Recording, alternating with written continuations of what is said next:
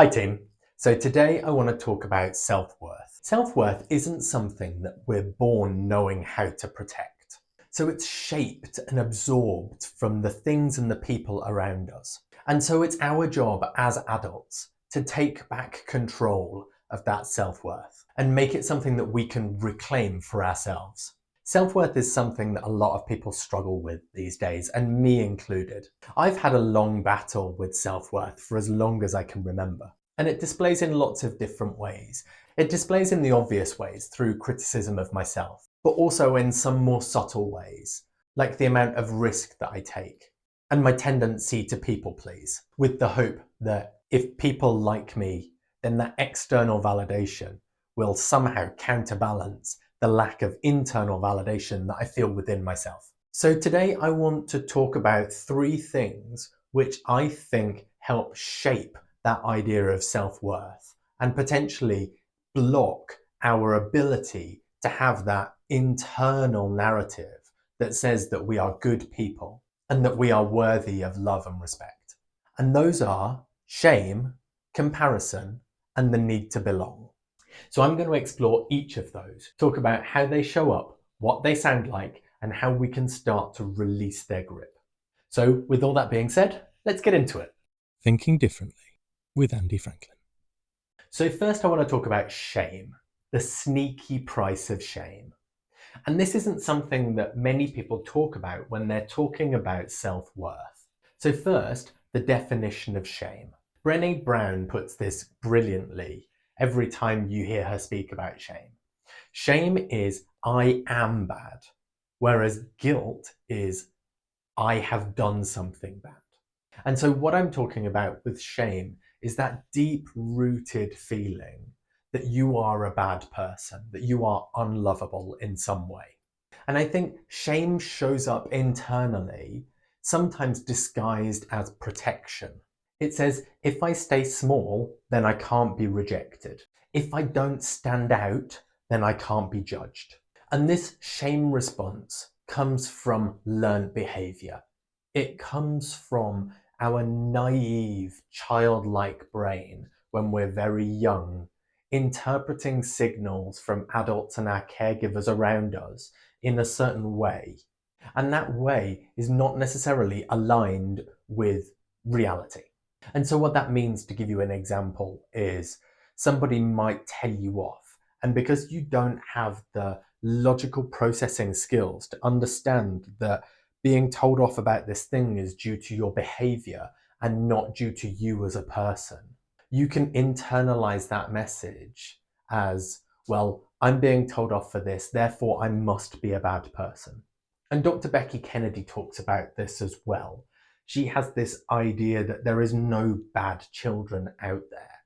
There is only poor behavior.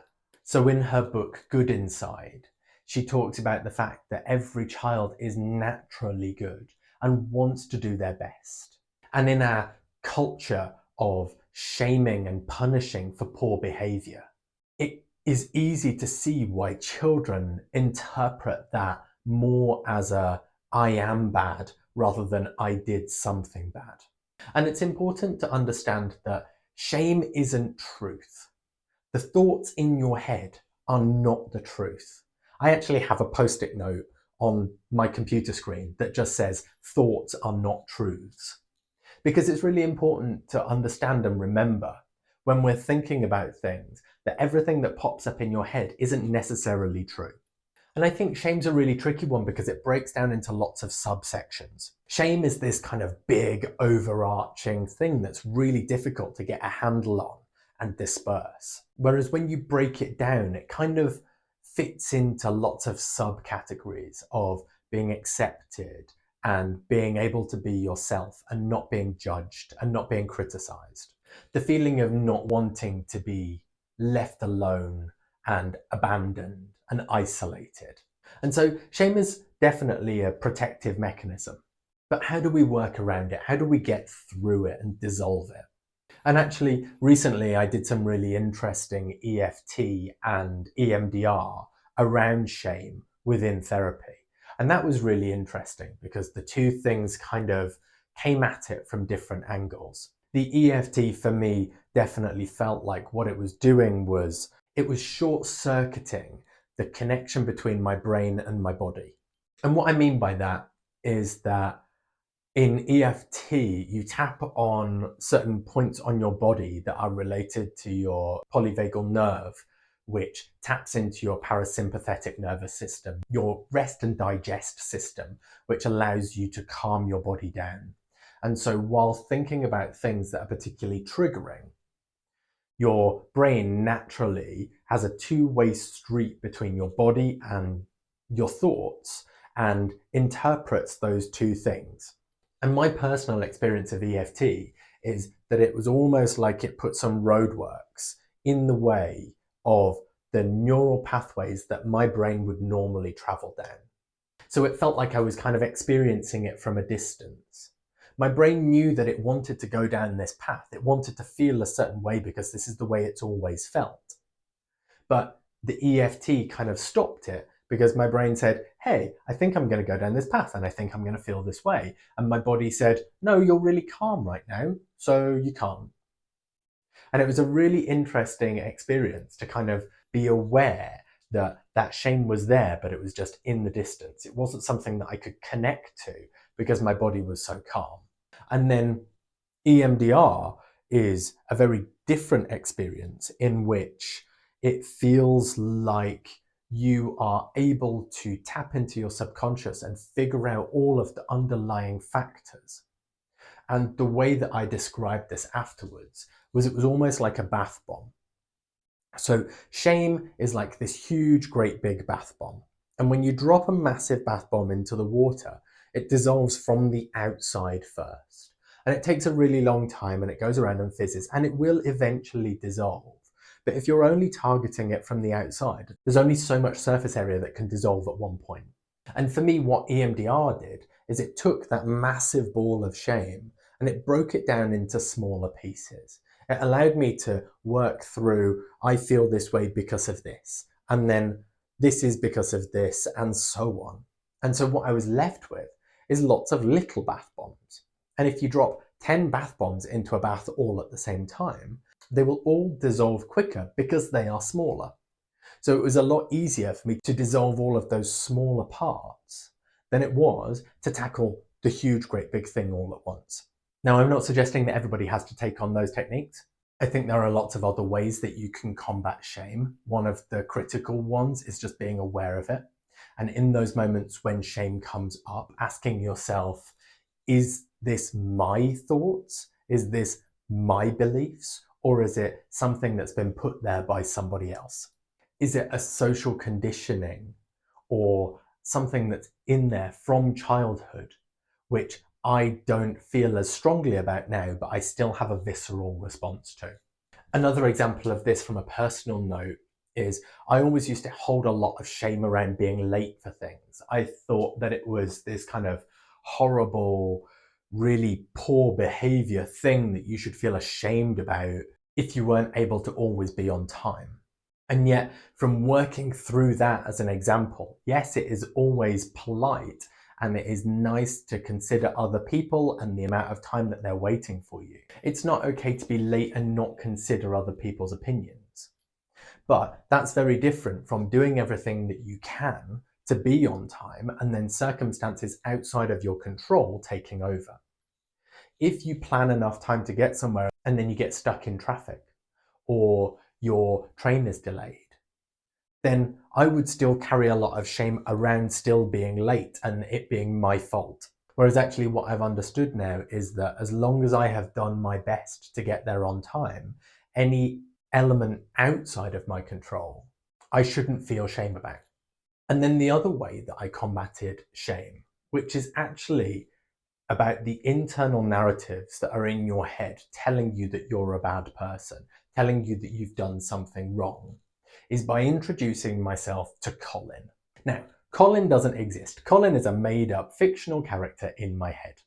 But a while ago, I realised that actually, although I thought I'd got really good at not having any negative self-talk, I was not being critical of myself, I was not speaking down to myself in any way, I realised that what I was actually doing is putting that voice into other people's heads.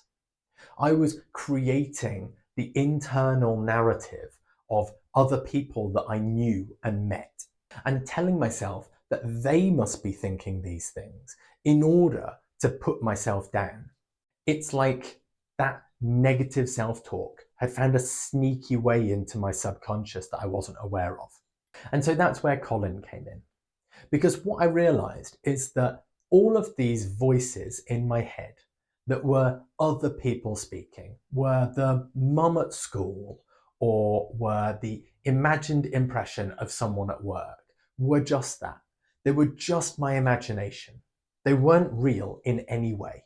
And so instead of me imagining these voices coming from people that I cared about, I switched it in my brain and decided that they were going to actually be seen as imaginary. I was going to create an imaginary character who was really critical about everything that I did all of the time. And that's Colin. There's absolutely no reason why I picked the name Colin. It was just the first name that popped in my head, and when I thought about it, it made me chuckle. So now, anytime I have one of those, this person's thinking that about me and therefore I must be a bad person, I must have done something wrong, instead of putting it in their voice, I put it in Colin's voice. And the brilliance of this is that I can ignore Colin. I don't care what Colin thinks. I probably still do care what the people around me think. It's a biological conditioning thing for me to care about the people around me and whether or not I'm being accepted into a group. So I'm never going to get away from that. I'm always going to care a little bit what other people think about me. But I don't care what Colin thinks because he's actually made up. And it's a lot easier for me in the moment to realize that Colin's made up than it is for me to realize that these other voices aren't coming from the people around me. So now I get this benefit of being able to turn around anytime one of those negative voices creeps in and just say, "Shut up, Colin, I'm not going to listen to you." Or even just, it's Colin chatting again about stuff that doesn't matter. Or, there goes Colin again judging everything that I do. But his opinion doesn't matter because he's not real. And so I can very quickly then let that opinion go and not internalize it, not take it on as this extra thing that I should be shameful about, because it's not real. Nobody's really saying that about me. And that's given me this incredible sense of freedom to be able to talk and be more myself. And the more myself I am, the less I feel shame around who I am and the way that I behave. All right, so now on to comparison. I think comparison's one of those that a lot of people talk about when it comes to self-worth, but it's worth repeating. Comparison is toxic. It's toxic to our own internal narrative, because anytime we are comparing ourselves to other people, we are taking a snapshot of somebody else and we are comparing it to the internal world of ours. We never know what's going on inside anybody else's head. The only head that we can be inside is our own. And so what that means is comparison with anybody else is always starting from an uneven playing field. We are always comparing ourselves with the external display of somebody else, what they want to show to the world, not what's actually going on in their head. And social media obviously makes this worse. Unlike the old days, sounding very old there, unlike the days before social media, where you would compare yourselves to people at school, people at work, people in your social network, we now have the ability to compare ourselves to everybody. Everybody in the entire world, and we can always find somebody who is doing a single thing better than we are. But that doesn't take into account the nuance of who that person is and who we are. If we're going to compare against individual metrics, which is, again, what we always do, we will always break it down to a single metric. This person is more attractive than me. This person has bigger muscles than I do. This person is able to do all of these things, is able to be a perfect parent all of the time. It loses all of the nuance around who that person is and all of their differences that we won't see when we're comparing against a single metric. We don't see the fact that they might be incredible at being a parent, they might be terrible at cleaning the house. They might be really successful in their job, but they might really struggle to make and hold strong friendships and connections. And yet, as soon as we narrow it down and we compare our entire world, where we can see all of those different elements of ourselves against the best in this category and the best in this category and the best in this category, we will always end up losing. We will always end up coming second because we compare ourselves to the best of everything else. And so, how do we get away from comparison? How do we move away from this idea of comparing ourselves to anybody or anything else? I think there's a few approaches that we can take. So, number one is the ability to curate your inputs. The ability to make sure that you are not exposing yourselves that instantly create the comparison idea in your head. So, obviously, lots of people talk about this, but social detoxing, removing all of these external stimulus, which creates this unrealistic expectation of who or what you should be, is key to avoiding some of that comparison. I heard this incredible thing on a podcast recently where they were talking about training to be a monk. And one of the things that they do in the training to be a monk is they don't have any mirrors anywhere. And I took a moment to think about how incredibly freeing that would be. How amazing would it be to not have to worry about what you looked like at any point because you could never see yourself? If there was no cameras and there was no mirrors, and the only time that you even vaguely knew what you looked like was either in someone talking to you about what you look like or when you accidentally caught your reflection in a window.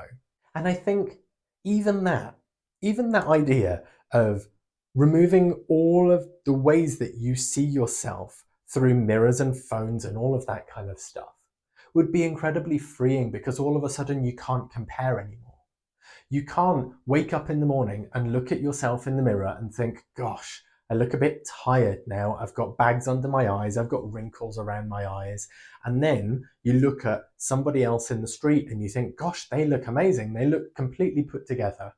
Or if you're a parent like I am, look at how incredibly well that person's doing because they haven't just randomly found peanut butter on their back or 3 sticky Haribo in their pocket. The other way that we can move away from comparison is to zoom out and see the bigger picture. See the bigger picture of who these people are, and also accept that we are all on a journey. We are all at different stages on a path. And to compare ourselves against who we are right now versus who someone else might be, who is taking a completely different path, who might be further along in one direction, but not so far along in another. Or even not even comparing where they are on different scales, but just realizing that everybody is on their own wandering, meandering journey through life, and accepting that there isn't ever really a way of comparing like for like. So there's no point trying. And then the other really important way of moving away from comparison is focusing on your values, not getting sucked into the idea of, I need this thing because this person has it, but actually trusting and relying on your own instincts and your own intuition to know that the things that you are focusing on, the things that are important to you, the things that make up your beliefs and your values are the things that you're going to focus on. And again, this comes back to this idea of comparing tiny parts of different things. If it's incredibly important for me to be a really good parent, then that probably means that I cannot spend 3 hours every day in the gym.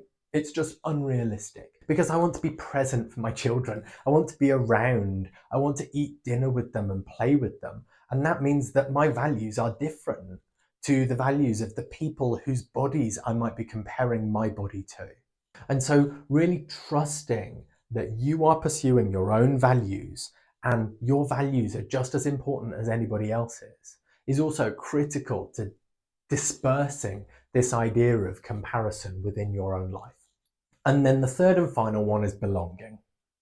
Belonging is a bit of a buzzword at the moment, but I think when you actually think about what belonging is, or what belonging means to me, belonging is very different to fitting in. And Brené Brown describes this brilliantly. Fitting in is the ability to change who you are in order for people around you to like you. Whereas belonging is being liked by the people around you for who you are.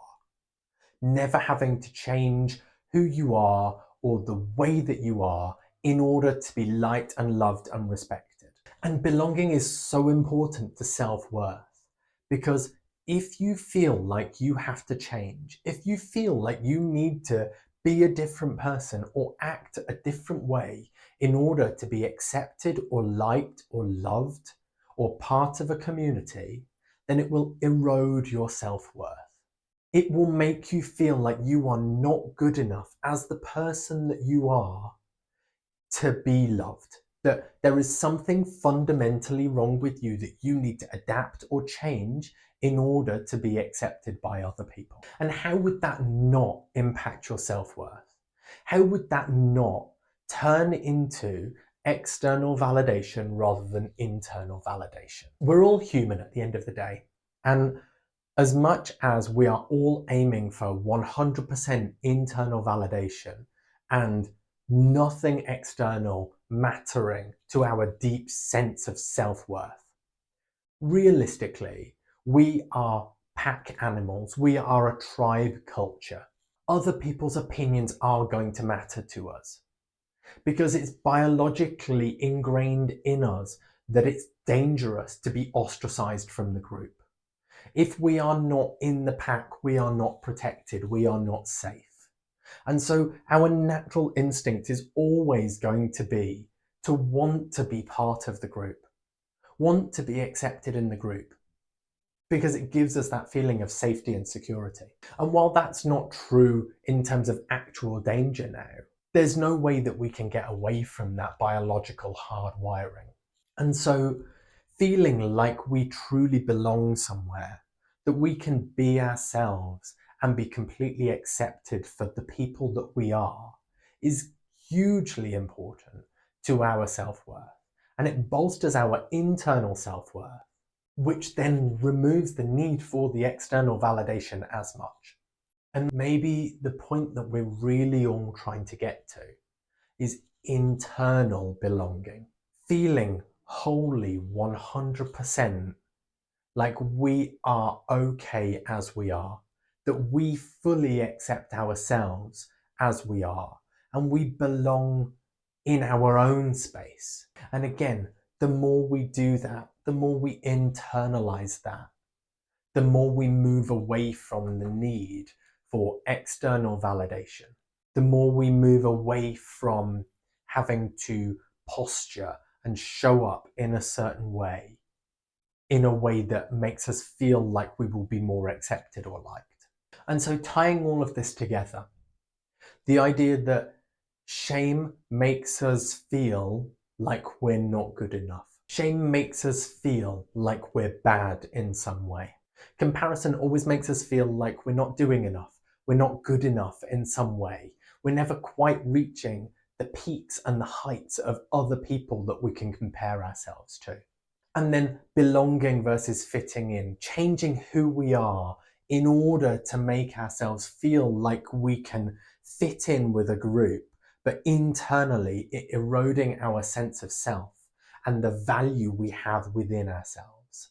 If we can work on those three things, then potentially we can create this internal self-worth, which is so strong and so rooted in our own belonging and our own values and our own unique and individualness, that we can show up in the world as ourselves and be the incredibly beautiful, weird, unique individuals that we are as humans and be accepted for that. So the key actions and takeaways are: Listen to when you have an internal negative self-talk. Possibly name it. They don't have to be called Colin. Mine is called Colin because it made me laugh, but you can name your internal voice whatever you want. But naming it and laughing at it and realizing that it's not real is a massive benefit to dissolving it altogether. Belonging, you can do that through joining groups or clubs or finding people like you. Finding your people is the key to belonging, not trying to fit in with the general population, because I'm pretty sure all of those people are also trying to fit in. Find your tiny niche of weird people who are weird in just the same way as you and lean into that. Enjoy that weirdness. And then the other way that we can do this, the way that we can break out of this shell, is to do it more. Now, I know that sounds like it's hard, but there is this amazing idea that the more we do something, the more comfortable we become with doing it until it just becomes the norm. And that doesn't necessarily mean that you have to go out into the street and start acting weird straight away. Although I would love it if everybody actually did that. It would make me feel a lot more comfortable. But what you can start doing is just being aware of how you are in your own space when you're alone. If when you're on your own, you can be totally free and dance in the kitchen or sing songs with the wrong lyrics or do anything that makes you feel comfortable and happy and weird and joyful, then that will seep in. The more you do that on your own, the more you will feel comfortable doing it in small groups or around the people that you trust. And the more you realize that those people accept you for exactly who you are, then the more you practice it, the more it becomes part of you and the outward display that you give to the world. And if those people don't accept you, then chances are they're not your people. And you just need to go out and find the people who do. Find the people who love your weirdness because it reminds them that they can be weird as well. And so, one final thing that I would like to leave you with for today is the idea that you don't have to earn your own self-worth. You just have to stop giving it away to other people. And with that, I'll leave you for today. Thank you very much for listening and take care.